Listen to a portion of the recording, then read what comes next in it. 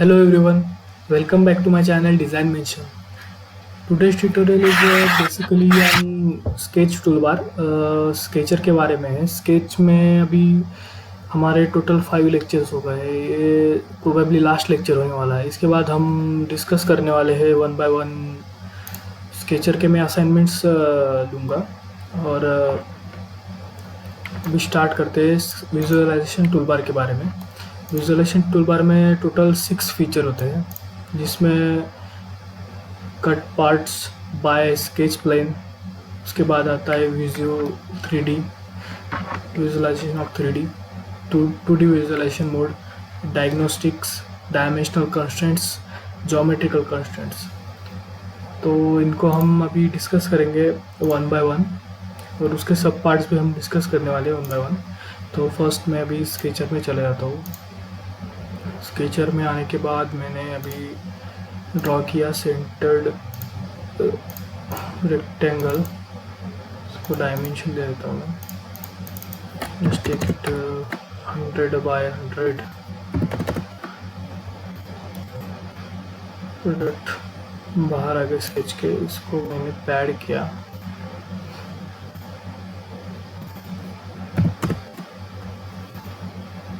वापिस से मैं भी स्केच में जाता हूँ।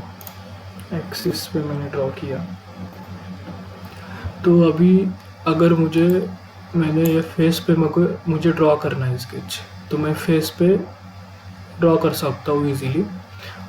पर अंदर मेरी फीचर है, फॉर एग्जांपल ये ज्योमेट्री है। मैं एक होल मार लेता हूँ यहाँ पे।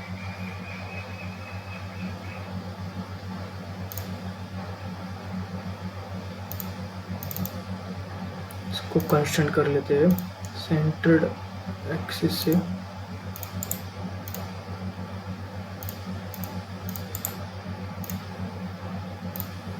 कंस्ट्रेंट सेंटर्ड, इसको मैं टू नेक्स्ट।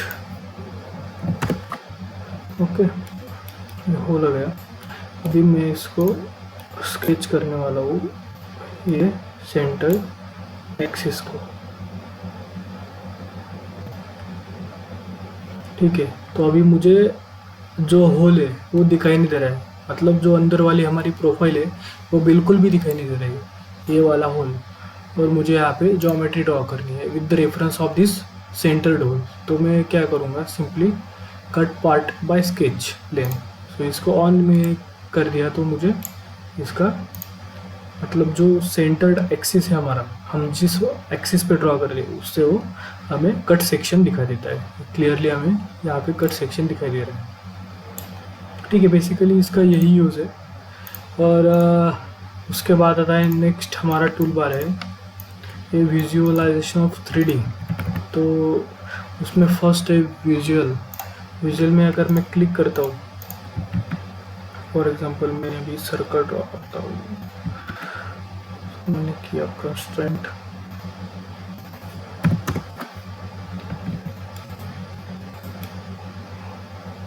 ये डार्क मोड है अभी। इसके बाद अगर मैं सेकंड वाले पे क्लिक करता हूँ लो लाइट, तो ये लो लाइट में दिखाएगा। विजुअल में क्लिक करता हूँ, हमारा जो ज्योमेट्री है डिफ़ॉल्ट वो आ जाता है। ये लाइट मोड इसे दिखाएगा।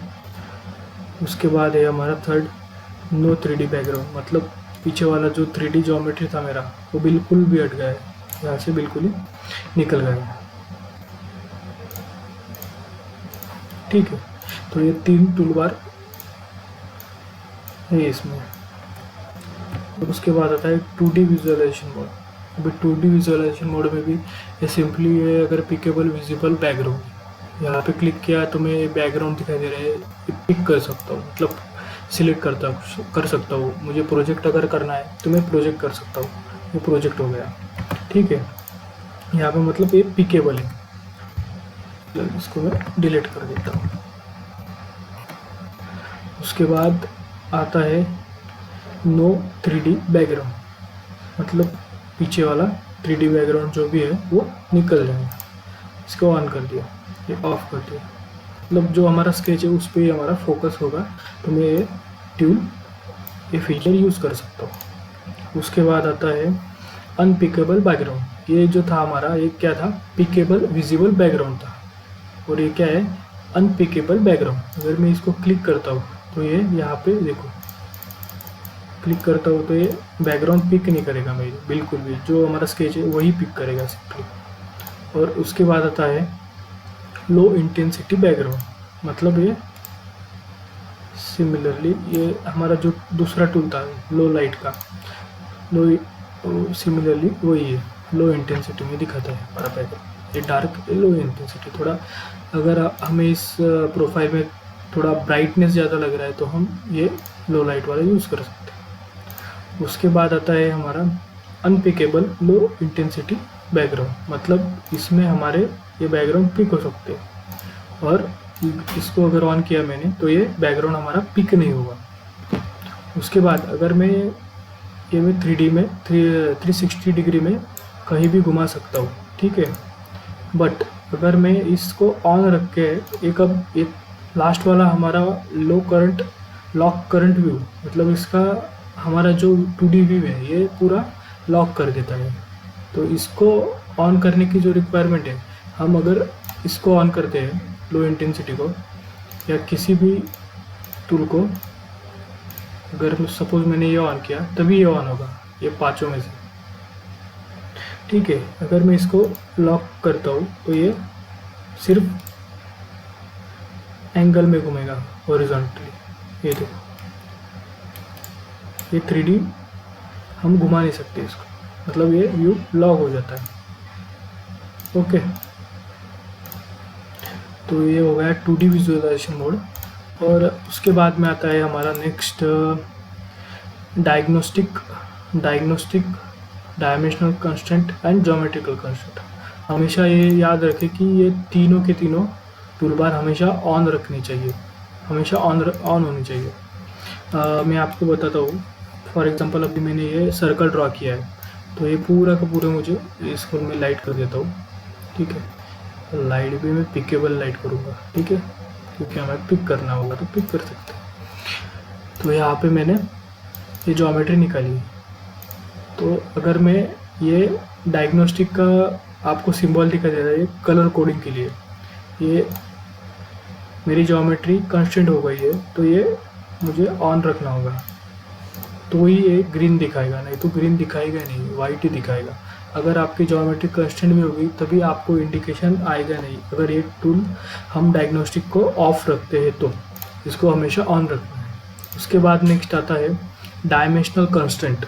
इसको हम ऑफ करते हैं तो हमने जो डायमेंशन दिया है, जो भी डायमेंशन दिया है वो दिखेगा ही नहीं हमको, इसको हमेशा ऑन रखना है।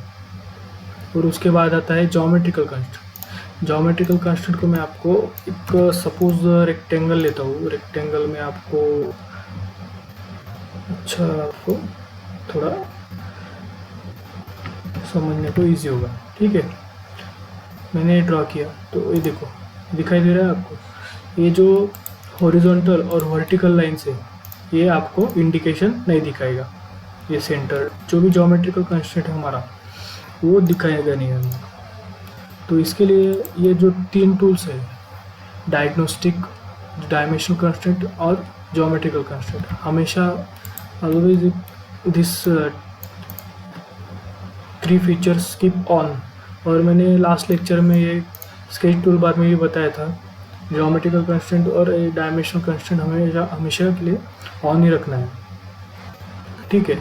तो आज के लेक्चर में अगर कोई दिक्कत होगी तो कमेंट्स कीजिए, और इससे रिलेटेड कटिया के रिलेटेड में आपको कोई भी प्रॉब्लम होगा तो कमेंट्स कीजिए। थैंक्स फॉर वॉचिंग, सब्सक्राइब कीजिए मेरे वीडियो को, लाइक कीजिए।